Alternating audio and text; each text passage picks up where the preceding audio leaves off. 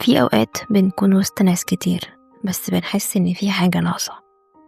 العيون بتشوفك بس مش حاسة بيك، الضحكة حواليك بس جواك في صمت كبير قوي. جربت تحس إنك مش لوحدك رغم إنك حاضر؟ الوحدة مش دايما معناها إنك لوحدك على فكرة، ساعات بنحس بيها عادي وإحنا وسط الناس. النهاردة هنتكلم عن الوحدة اللي جوه القلب، عن اللحظة بتقول فيها لنفسك أنا مش هنا، أنا تايه، تقريبا ده مش مكاني. وهنحكي حكاية ممكن تكون عني، عن شخص نعرفه، أو ممكن تكون عنك.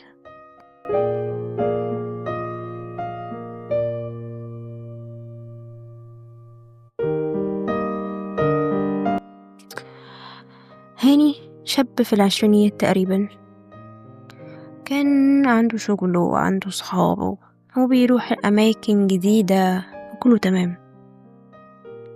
بس بقاله فترة كده وهو وسط صحابه حاسس بحاجة غريبة جواه، مش قادر يتواصل معاهم زي الأول، مش قادر يتكلم كأنه مش موجود مثلا.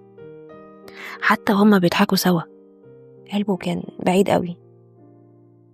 كان قاعد بيسأل نفسه ليه دايما حاسس كده، ليه مش قادر أحس إن في حد فاهمني. ومع الوقت بدأ يحس إن كل كلمة بيقولها ما بتوصلش، حتى لما كان بيحاول يفتح قلبه كان يحس إن مش كل الناس مساعدة تسمعه أو حتى مستوعبة مشاعره. بس عارف، الوحدة دي مش نهاية العالم إطلاقا، ممكن تكون دي بداية جديدة. بس أهم حاجة، انت لو حسيت إنك وحيد ما تحكمش على نفسك أبدا، ده بالعكس تقبلها زي ما هي، واسأل نفسك، خليك فعلا صادق مع نفسك وفي أسئلتك ليها. يعني مثلا اسأل نفسك ايه اللي مأثر عليا بالشكل ده، أنا محتاج ايه عشان أكون أنا وعشان أكون كويس. في ساعات هتلاقي إجابة مثلا زي محتاج حد يسمعني، بس مش محتاج حاجة تانية في الحياة. محتاج حد يسمعني. احنا بس لو لقينا حد واحد بس يسمعني ويفهمنا، ده هيشفي حاجات كتير جدا جوانا، هيخلينا أحسن بشكل أو بآخر، بشكل احنا حتى مش متخيلين.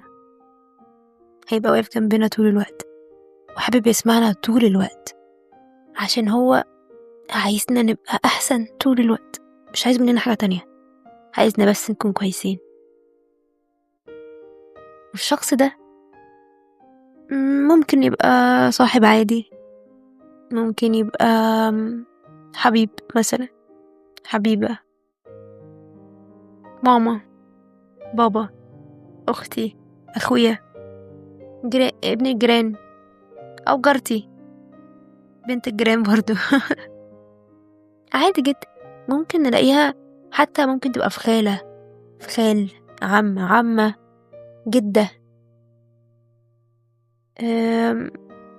ممكن نلاقيها في أشخاص كتير، احنا بس مش واخدين بالنا ان هما فعلا عايزين يسمعونا. وبصراحة في حاجة كده كنت بعملها فترة من فترات لما كنت حاسة فيها ان انا وحيدة، وكنت حاسة ان انا مش قادرة اتعامل زي ما كنت بتعامل.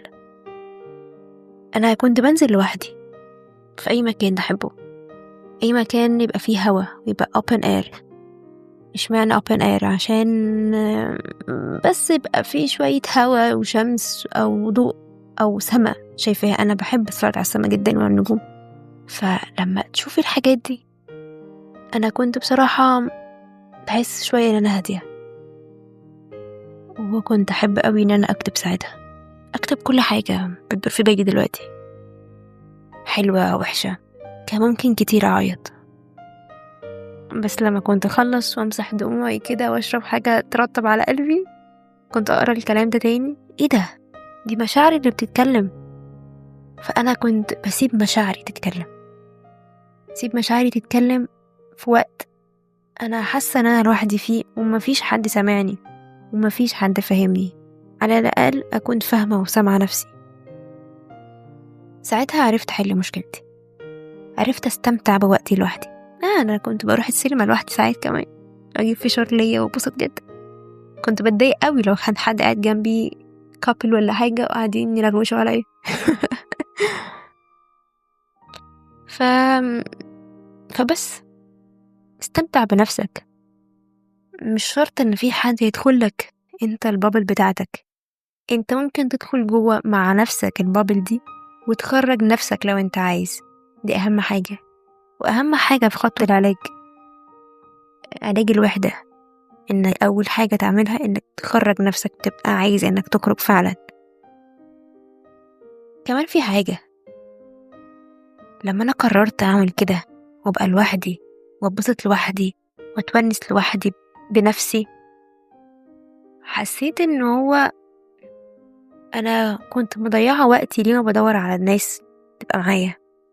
ما تدورش على حد يبقى معاك، خليك ونيس نفسك الاول، وبعد كده الونس هيجيلك اكيد. يمكن كلمة بسيطة تغير يوم حد، يمكن حكاية زي دي تخلي شخص يحس انه مش لوحده. وده كان بودكاست قبل النوم. لو القصة لمستك ابعتها لحد ممكن يكون محتاج يسمعها. واستناني في الحلقة الجاية بحكاية جديدة، بإحساس جديد، من اللي بنقفل بيهم يومنا ونفتح بيهم أبواب للراحة. تصبح على خير وسلام من كل القلب.